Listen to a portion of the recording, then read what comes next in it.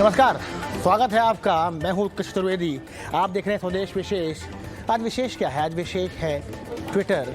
और ट्विटर पे अब मस्क का रंग चढ़ने वाला है, क्योंकि कंपनी को मस्क का ऑफर रास आ गया है। ट्विटर को अब 44 अरब डॉलर यानी कि 3.37 लाख करोड़ रुपए में बेचने को राजी हो गई है।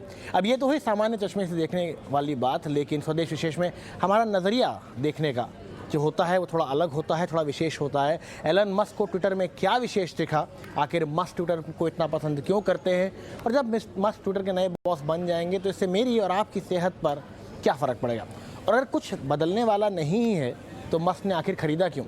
इसी पर करेंगे चर्चा, पर पहले ज़रा देख लेते हैं इस रिपोर्ट को।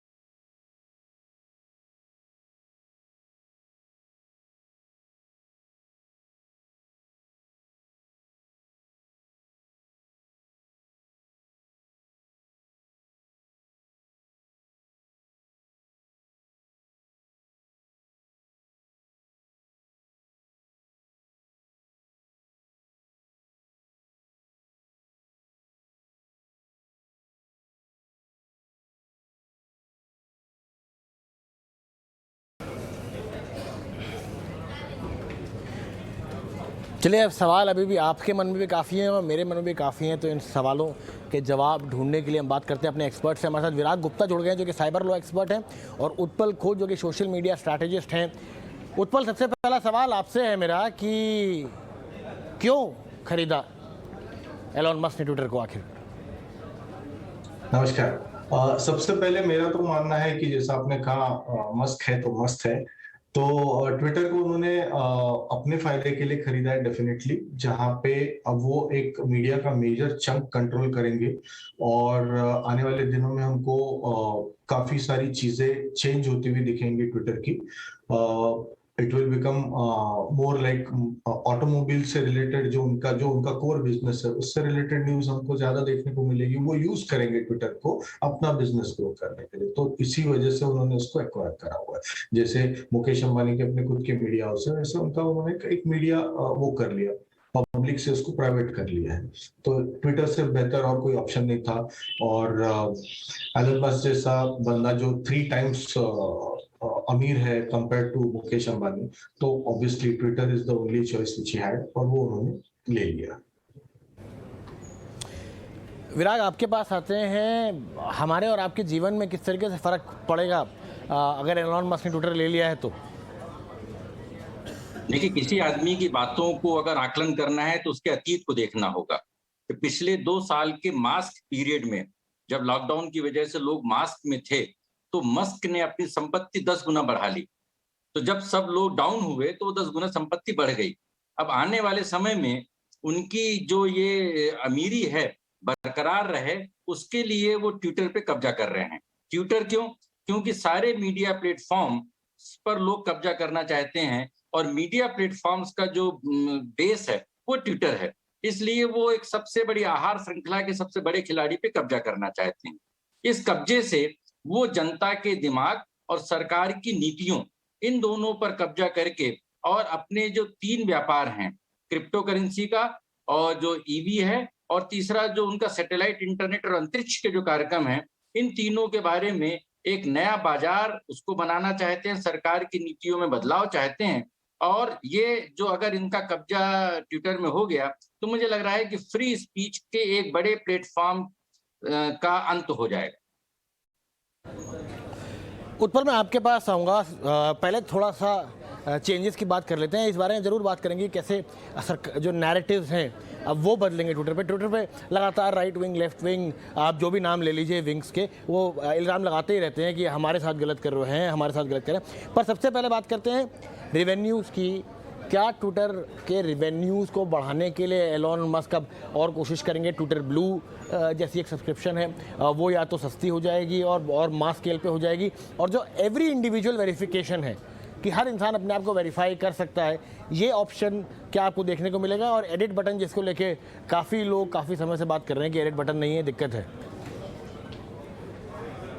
देखिए, इसमें जहां से मैं देख रहा हूँ, आज की तारीख में जब भी आप एक कोई अपना मत रखते हैं और ट्वीट करते हैं, आपके पास ऑप्शन होता है सिर्फ उसको डिलीट करने का। तो ओवरऑल जब भी हम स्टडी करते हैं 6 मंथ्स डाउन द लाइन, तो हमको पता चलता है कि कितने लोगों ने इसके फेवर में बोला एक पर्टिकुलर टॉपिक के बारे में, कितने लोगों ने अगेंस्ट में बोला।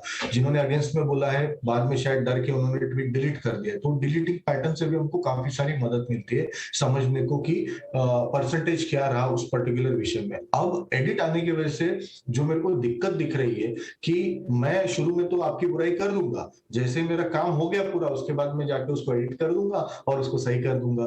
तो इवेंचुअली जब हम स्टडी करने बैठेंगे तो मेरे को पता नहीं चलेगा कि आपने एग्जैक्टली बोला क्या था, मतलब किस फेवर में थे। मुझे खाली शायद अपने वो इंटेलिजेंट एल्गोरिथम से ये पता चल जाएगा कि आपने अपना ट्वीट एडिट किया है, बट आपका जो ओरिजिनल व्यू रहा है वो आप चेंज कर सकते हो। तो ये हुआ एडिट वाला फंक्शन। काफी लोगों को फायदा होगा इससे। कई बार हो जाता है कि हमारी स्पेलिंग मिस्टेक हो गई या कहीं कुछ गड़बड़ी हो गई है, तो हम उसको एडिट नहीं कर पाते, पूरा ट्वीट हमको डिलीट करना पड़ता है। तो उसका प्लस साइड ये रहेगा कि एडिट की वजह से हम जाके उसको करेक्ट कर पाएंगे। अगर बाद में पता चला कोई गलती हो गई है तो उसको हम एडिट कर सकते हैं। तो ये हो गया इसके प्लस और माइनस साइड। बची बात रेवेन्यू की। रेवेन्यू मॉडल डेफिनेटली, वो एक बिजनेसमैन है, तो वो ट्विटर को इतना पैसा खर्चा करके उन्होंने यूवी नहीं खरीदा है। डेफिनेटली इसमें से वो रेवेन्यू मॉडल निकाल रहे हैं। इसके लिए वो सब्सक्रिप्शन चालू करेंगे, मतलब हमको एक फीस पे करनी होगी ट्विटर पे अपने आप को बरकरार रखने के लिए। तो इसके बाद जो एडवर्टाइजर्स पे जो प्रेशर डाला करती थी ट्विटर, या जो ट्विटर पे प्रेशर रहता था कि एडवर्टाइजमेंट्स आए, वो कंप्लीटली खत्म हो जाएगा। बिकॉज पूरा सब्सक्राइबर बेस पे रहेगा कि आपका सब्सक्राइबर बेस कितना है, उनसे सब्सक्रिप्शन कितना आ रहा है, उससे रेवेन्यू मॉडल जो कि कई गुना ज्यादा होगा कंपेयर टू द एडवर्टाइजमेंट्स जो अभी फिलहाल उनको मिल रही है ट्विटर को। तो सब्सक्रिप्शन लेने की वजह से क्या होगा, एज अ यूजर मैं भी थोड़ा चौड़ा हो जाऊंगा कि अच्छा मैंने सब्सक्रिप्शन दिया तो मैं जो चाहे लिख सकता हूँ, तो मैं थोड़ा सा और ज्यादा बोल्ड हो जाऊंगा लिखते वक्त। तो ये थोड़े से मतलब प्लस और माइनस रहेंगे ये सब्सक्रिप्शन बेस बनाने की वजह से। और उसमें अगर हम ब्लू टिक वेरिफिकेशन की बात करते, जो अगर आम बिक्री के लिए अवेलेबल हो जाएगा, तो practically everyone who wants to take वो ब्लू सब्सक्रिप्शन, वो एक छोटी अमाउंट लेके उसको खरीद लेगा, तो मैं वेरीफाइड हो जाऊंगा। तो ये मतलब उनको फायदा रहेगा इन टर्म्स ऑफ रेवेन्यू, बहुत रेवेन्यू उनका आएगा। थोड़ी सी दिक्कतें करंट यूजर्स को डेफिनेटली आएंगी, ये सब चेंजेस अगर जेन्युइनली आते हैं तो। विरागी, बहुत इंपॉर्टेंट बात यहाँ पे उत्पल ने कही कि मैंने किसी के बारे में कुछ कहा। आज के ज़माने में चलिए मैंने कुछ कहा कुछ मेरा, और उसके बाद या तो आपके पास ऑप्शन है वो डिलीट करने का, या तो आपको वो रखना पड़ेगा। अब मान लीजिए आपने किसी के बारे में कोई बात कही, आपने किसी के बारे में कोई अपमानजनक शब्द कहे, बाद में आपने उसको बदल दिया, तो एज अ कानून के तौर पे कितना मुश्किल होगा प्रूव करना कि भाई किसी ने मेरे बारे में तब कहा था कि आज अगर ट्विटर खोल के देखेंगे तो वो बात ही बदल चुकी होगी। नहीं, मुझे नहीं लगता है कि मस्क ने एडिट बटन या इन पॉलिसीज को चेंज करने के लिए ट्विटर को खरीदा है।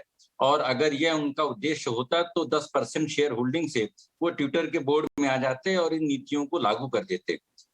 विश्व में कोई भी कंपनी को चलाने के लिए, प्राइवेट कंपनी को बनाने के लिए 100% शेयर होल्डिंग नहीं चाहिए होता है। तो मुझे नहीं लगता है कि ये बड़ी छोटी चीजें हैं, ये तो नैरेटिव्स हैं। दूसरे नंबर पर रेवेन्यू की अगर बात करें तो उन्होंने जनवरी से शेयर लेना चालू किया था, लगभग 2.64 करोड़ में उन्होंने जो 9% शेयर लिए थे, और जितना बढ़ गया मेरे हिसाब से 50% एप्रिसिएशन तो उनको ऑलरेडी हो गया है। ट्विटर की रेवेन्यू बढ़े या नहीं बढ़े, उनकी जो इन्वेस्टमेंट है उसमें 50% का रिटर्न ऑलरेडी आ गया है।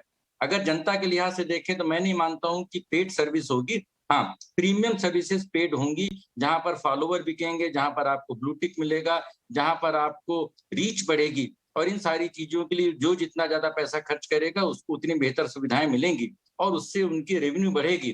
पर जनता के लिहाज से देखें तो क्या ग्रीवांस रिड्रेसल का सिस्टम बनेगा, क्या रेवेन्यू शेयरिंग जनता के साथ होगी, ये कुछ बड़े सवाल हैं। और एक बड़ा सवाल, सबसे बड़ा सवाल ये है कि ट्विटर अकेला सोशल मीडिया प्लेटफॉर्म तो नहीं है।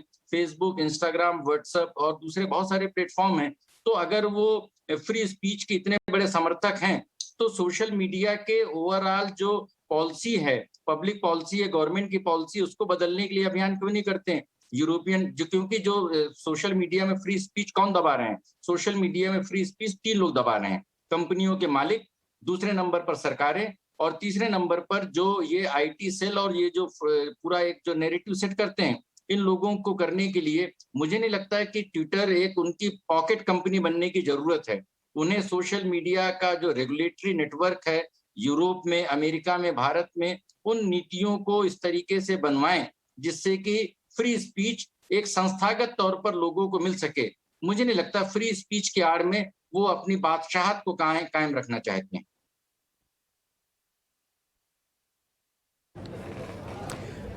उत्पल सर, आपसे मैं सवाल लूंगा, बड़ी इंपॉर्टेंट बात चिराग सर ने कही कि अब यहाँ से नैरेटिव कैसे प्ले आउट होगा।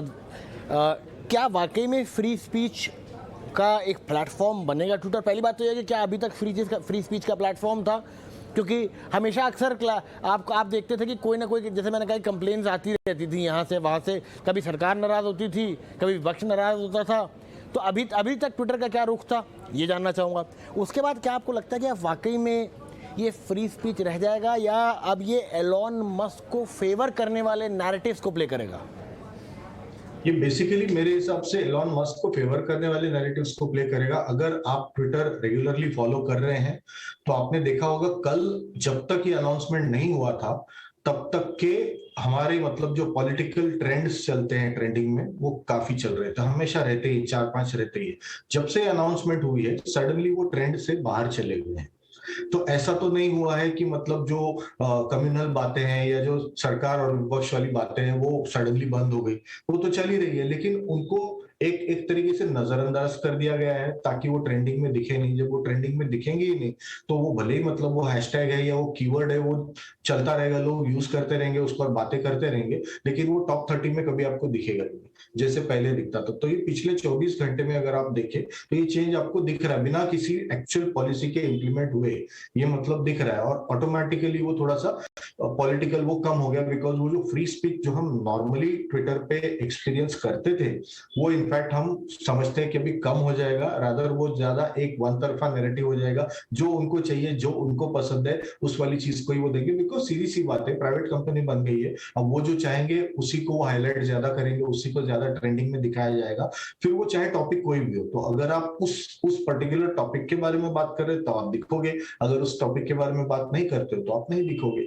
तो फ्री स्पीच एक हिसाब से डायरेक्टली नहीं बट इनडायरेक्टली दबा दिया जाएगा, ऐसा मेरा मानना है। सेकंड चीज जो मैं बताना चाहता था, हम जिसको हाफ लाइफ बोलते हैं, आप जैसे एक ट्वीट करते हो उसका ट्वीट करने के बाद जो पूरा लाइफ टाइम जो वो ट्वीट चलती है उसका जो असर होता है पहले 20 मिनट में ट्विटर पे, वो उसकी हाफ लाइफ हम कहते हैं। मतलब पूरे लाइफ टाइम में जितना वो ट्वीट रीच देगा आपको उसका आधा रीच वो 20 मिनट में ही दे देता है। लेट से फेसबुक कुछ 5 घंटे में देता है, इंस्टाग्राम वगैरह 20 घंटे में, यूट्यूब तो 20-20 दिनों में देते हैं। तो ये होता है इनका हाफ लाइफ का पीरियड, मतलब उस टाइम पीरियड में मैक्सिमम अपने को उसका आउटरीच मिल जाता है। अब वो एडिट फंक्शन जो मैंने बताया वो कैसे इसको हैम्पर करेगा कि आप जैसे चाहिए अपने नैरेटिव को चेंज कर सकते हैं। तो जो 20 मिनट्स वाला जो हाफ लाइफ टाइम जिसको हम कैलकुलेट करते थे, अब उसमें बहुत दिक्कत आएगी, क्योंकि मैं पहले 20 मिनट में तो मैं बोल सकता हूँ हाँ ये बहुत अच्छा है, 20 मिनट के बाद मैं जाके उसको चेंज करके बोल सकता हूँ नहीं ये बिल्कुल अच्छा नहीं है, या उसको न्यूट्रल कर सकता हूँ। मेरा ट्वीट बाकायदा वहीं पे रहेगा लेकिन मैं उसका नैरेटिव ही पूरा घुमा दूंगा। तो ये सारी चीजें आने की वजह से शुरू का जो फेज रहेगा ना बहुत कंफ्यूजन वाला रहेगा, हमको समझने में थोड़ी दिक्कत होगी। But yes, freedom of speech definitely come हो जाएगा, बढ़ेगा नहीं, ऐसा मेरा मानना है। विराग, आखिरी सवाल आपसे लूंगा मैं, इसी बात पे सवाल रहेगा।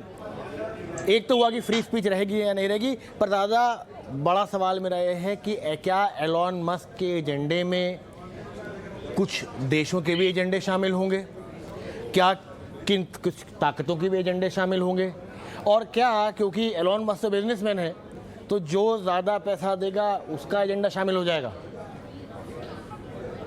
नहीं, देखिए ऐसा है कि पहले ट्विटर कोई भी प्लेटफॉर्म आदर्श नहीं होता है, लेकिन हम जब ट्विटर को फेसबुक या दूसरे प्लेटफॉर्म्स पे कंपेयर करते हैं तो निश्चित तौर पर बेहतर है।